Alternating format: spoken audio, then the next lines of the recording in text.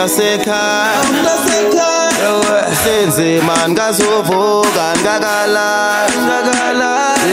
tekho yathanda undibuza na reply sendweni bansalatha senje banvalapha babalaba le Mntasekhaya usenze man ngazovuka ngakala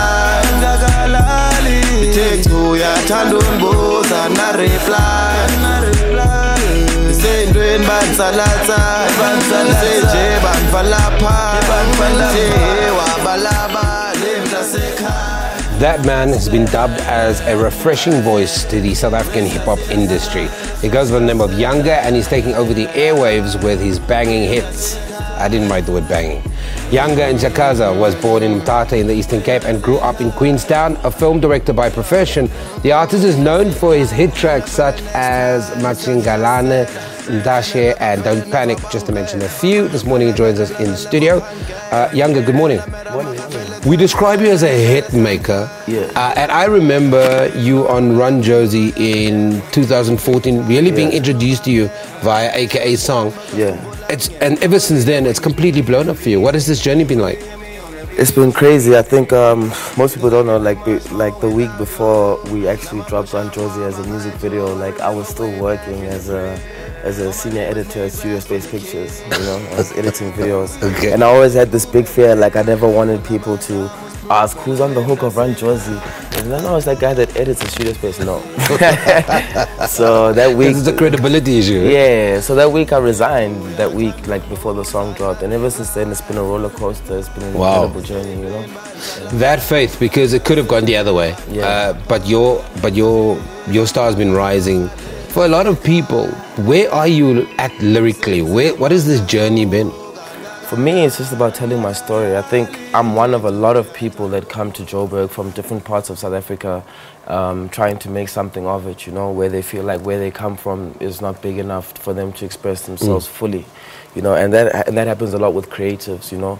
So I've been through crazy situations in Joburg that have brought me to this point, and it's about telling that story to inspire someone else to try and do that for themselves. What's the craziest situation you've been in Johannesburg? You say you've been through crazy. What's the craziest? There's too many. First of all, I came to Johannesburg for like a holiday. Like my mom is a single parent, so my brother's like a year older than me, and we made a pact, like, okay, cool, I'm not going to study at university. When I pass matric, I'm going to go and get a job at Abstar for like 2-3 weeks. I mean, 2-3 years until my brother finishes his degree. So I said, okay, cool, let me go to Joburg for 2 weeks, and you know, then I'll come back and I'll do the Absa job. So I haven't been back since. Like I came back for holidays and whatever, but I actually enrolled myself into school, you know, and I started studying, and then I got into the love of this music thing, and it's just started from there. So, when you said crazy, I thought you were kidnapped. You ended up in a taxi somewhere. No crime. Talk to me about the relationship with AK, because you do feature on some of his songs. It started, actually, I directed one of his videos called Control, featuring Deleuze.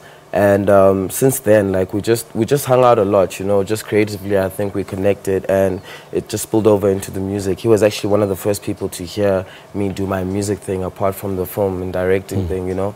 And he was the first person to actually say, yo, jump on the song with me, and I'm going to take it out as a single, you know, because I'd been rapping with other artists when I was working for the likes of Slicker, you know, back in the day.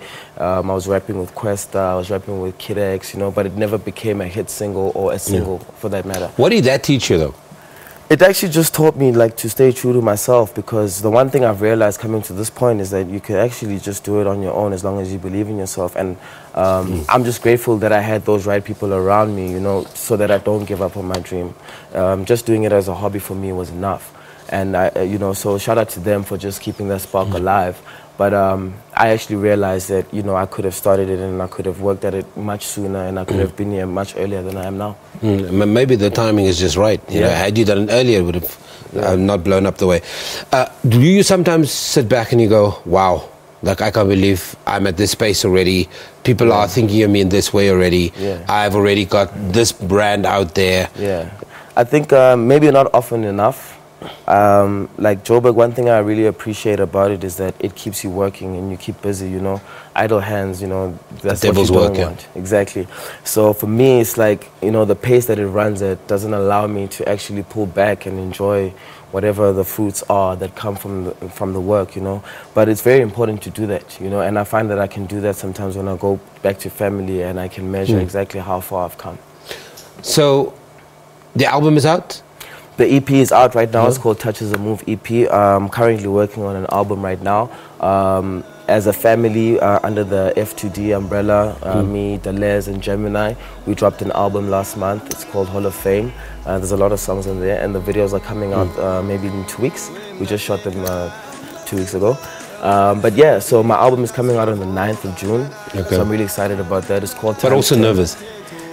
No nerves? I don't think I'm as nervous as I would have been last year if I dropped it, because I really wanted to drop it last year, and you know, unfortunately I couldn't do that. But like right now, I'm so hungry to just share my music, because my sound is just unique, you know. It's South African, and I really want to preach that, and I really want to express that story, and I want people to engage with me as well. Okay, you're going to get a lot of engagement after this. Hopefully it's the positive kind. Yanga is in studio with us. He's got a couple of more performances. The EP is out. He dropped an album last month with Deleuze, and on the 9th of June, his solo work will come out. So let's keep our ears to the ground. We're taking an ad break. Anyway.